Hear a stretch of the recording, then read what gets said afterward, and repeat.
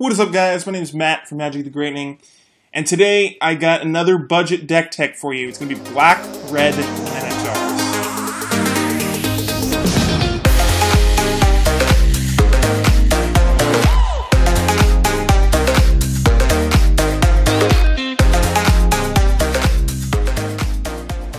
Just a fair heads up, this is very similar to my black-red Heckbent deck.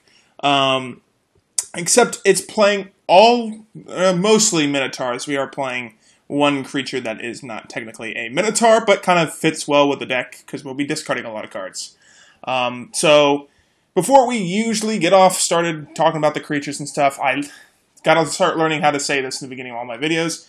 Please like the video if you enjoyed, and if you are new to my channel, so hit that subscribe button, means a lot. And go ahead and click that little eye icon in the top right corner of your screen and vote for next video's deck tech. But now let's get into it. So let's get into the creatures now. We're going to start at the bottom of the curve because let's stay organized. It's probably best to go from lowest to highest on the curve. This is our only non-Minotaur creature. We're playing 22 total creatures, 18 are Minotaurs, and the 4 exceptions are the playset of Flameblade Adept. I really like this card, and we are discarding a lot in this deck as well as we did in our black-red Heckbent deck. This is just to fit out the curve. It's a very good, just a 1-mana 1/2 menace is good in itself just for the early game, but it gets buffs whenever you cycle or discard, which is very relevant with this deck because we'll be discarding a lot. We have Sweltering Suns in the sideboard. Nothing else with cycling, but again, we'll be discarding a lot. We're playing things like Fiery Temper, Alms of the Vein, stuff with Madness, and all that good things. So Flameblade Adept was kind of a no-brainer 1-drop for me. He's the only non-Minotaur in the deck. So sorry about that, but let's get into the other Minotaurs. Let's get into the 2 and 3 drops, which we're going to start immediately with the cards that make this deck well worth playing. We're going to play a playset of bloodrage Brawler and Neheb the Worthy. Bloodrage Brawler is a 2-mana 4/3 Minotaur that makes you discard a card. We have a discard theme in this deck, so bloodrage Brawler fits very well with that. And it's a 2-mana 4-power guy. Like, one of the best red cards in Standard right now, if I dare say. And Neheb people are not liking, but I really like. So he's a 3-mana 2/2 first strike Minotaur. That's okay. But he says other Minotaurs you control have first strike. That's really good. And as long as you're Heckbent, 1 or fewer cards in hand, Minotaurs you control get +2/+0. And you're going to be Heckbent a lot. There's a lot of discarding in this deck. You're going to have an empty hand most of the time. And giving all your Minotaurs +2/+0 and first strike is ridiculously insane. Note before we go on, we are very weak to sweepers. Again, this is a budget deck. It'll cost you under $15. The most expensive card in the main board is Lightning Axe, which a playset is worth like $4. So do keep that in mind. I mean, if you get hit by a Sweltering Suns, you're basically done. But just keep that in mind. Just don't get swept, I guess. I don't know. Let's get into the other creatures we're playing. We're going to play 4 copies of Ahn-crop Crasher, 3 copies of Cursed Minotaur, and 3 copies of Merciless Javelineer. First, let's get into Merciless Javelineer last, because that's the card I doubted the most in this deck, and it ended up not being too bad. Ahn-crop Crasher is a Minotaur that makes things not block, which is very good when you're trying to push damage. Cursed Minotaur is just adding the extra pressure to our opponent, a 3-mana 3/2 menace, but if you have Neheb out, that could be a 3-mana 5/2 menace first strike. That sounds pretty good, and so those two are kind of no-brainers. Cursed Minotaur is kind of just thrown in there, A, because it's budget, B, he's a Minotaur, but Merciless Javelineer is a 4-drop. Alright, we're discarding a lot of cards. We might not hit a 4th land since we're discarding so many cards. But if you're able to get one of these out, it's not too bad. So the stat line is 4-mana 4/2. Not too bad. He can be a 4-mana 6/2 first strike, which is a lot better.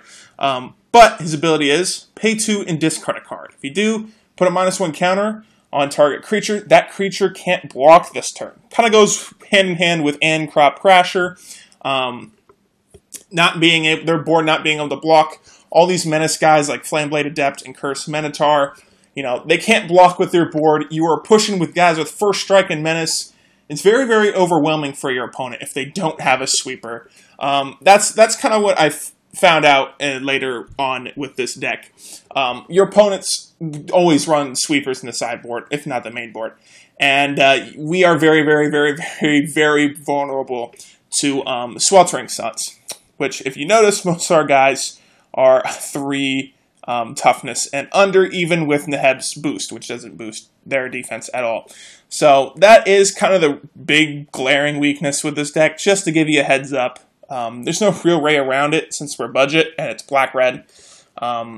So yeah, just keep that in mind. I know I said that, I think I said that before, but let's get into the non-creature spells. Alright, so we're going to be playing some stuff that has madness, some things that help push damage, and some removal, stuff you normally see in a black-red kind of aggro deck. We're going to be playing 4 copies of Alms of the Vein and 4 copies of Fiery Temper. Alms of the Vein drains your opponent for 3, and it's only 1 mana. That's really good. Fiery Temper is a lightning bolt, which can hit players or creatures for 1 mana. That's really good. You won't have a problem discarding this. We have plenty of discard outlets. So nothing really more to say about those, but let's get into the kind of better spells here. 4 Lightning Axe, I briefly mentioned this. Removal, discards cards, stays on theme, kind of perfect for this deck. We're also playing 3 Insult to Injury. Now this could be a game ender for us. Insult half, if you don't know this card for whatever reason, is 3 mana, 2 in a red. And damage can't be prevented this turn. If a source you control would deal damage this turn, it deals double that damage instead. So essentially it gives all your guys double strike until end of turn. Or if you want to Fiery Temper their life and hit up for 6, and then swing at a whole bunch of Minotaurs and win the game, that's also an option too. And it's kind of the aftermath part most people don't play, but it's kind of relevant in this deck, because if you end up discarding it, it's not good at the moment you discard it, right? Because it's good when you have an established board.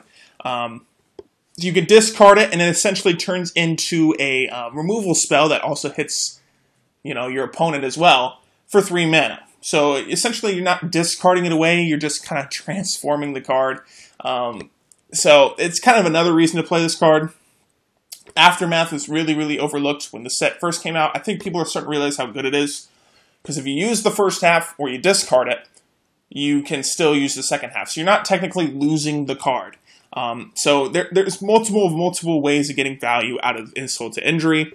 I had to play it in this deck, no doubt. We'll briefly skim over the lands. 10 Mountain, 9 Swamp, 4 Evolving Wilds.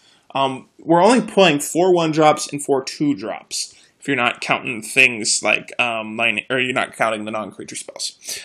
So we don't really need untapped lands with this deck as much as we would in a mono-red deck or a black-red, like super aggro deck where it plays a lot of 1, 2, and 3 drops. We're playing, mostly 3 and 4 drops, mostly 3 drops. So the Evolving Wilds don't really hurt us here in this deck, especially since we're trying to stay budget. So it fits pretty well. Never really ran into the problem of it, or not as often as you think I would, where you needed a untapped land and you hit an Evolving Wild. So fixes our mana. The only thing I think we're playing that's double red is a hard cast of Fiery Temper. So you really don't need any double of one color. Once you get both colors, you should be pretty fine. Evolving Wilds can help us do that. All right, sideboard time. And Aetherworks Marvel is just banned, but I'm still going to play the 4 copies of Release the Gremlins because I think vehicles might make a comeback. If not, it's good against things that play Noxious Gearhulk, Torrential Gearhulk. 3 mana, you destroy an artifact, and you get a 2/2 out of it. It's not too bad. It's not a Minotaur. It'd be really cool if it was a 2/2 red Minotaur, but it's not. It's a 2/2 body you get for destroying an artifact. There's people that play Lifecraft's Bestiary or whatever you want to call it. There's people that play Improvise still. There's people that just play Walking Ballista. I know it's not the best against Walking Ballista, but it is very good against decks that were heavily relying Gearhulk, like a mono blue deck or a blue-red control deck. It's not just for Aetherworks Marvel, and I think vehicles will make a comeback, so this is good against Heart of Huron. You take out a Heart of Huron, and then you get a 2/2 body on the ground, which can help neutralize things like Veteran Motorist and other things that a red Mardu vehicles deck would play. We're also going to be playing 4 Magma Spray against zombies. For murder, just a general more removal. If Lightning Axe isn't cutting it for you, because you are discarding your hand too fast, because sometimes that can happen where you have stuff where you need to discard cards, but you don't have any cards to discard, or you don't want to discard the 1 or 2 cards you have. So you can sideboard in some murder for that. And they're also playing 3 Sweltering Suns. Now hear me out, I know this hurts us more than it helps us. However, there are specific situations, zombies mostly, where you would gladly take out your own board and clearing their board and having a fresh start. You basically, with this deck, if you get Neheb and he's dealing combat damage, both are going to be top deck, and you can draw better top decks most of the time than your opponent. So Sweltering Suns isn't too bad, and it cycles for 3, which can help Flameblade Adept, because it is cycle or discard that it gets a +1/+0 boost. I know Sweltering Suns seems like a weird sideboard card, but trust me, against zombies, you're going to need it, or like any token strategies. Black-white servos, it's kind of a thing. I made a black-white deck. There's other variations. Aristocrats plays a lot of tokens. Anointed Processions is getting big. It's getting expensive. This is good against any token strategy. So I had to put it in the sideboard despite our guys. All of our guys will die from it no matter what. So, yeah. Thank you guys so much for watching. I hope you enjoyed. Go ahead and vote in the top right-hand corner for next video's deck tech. I decided to just completely scrap the Gonti's Glorious End.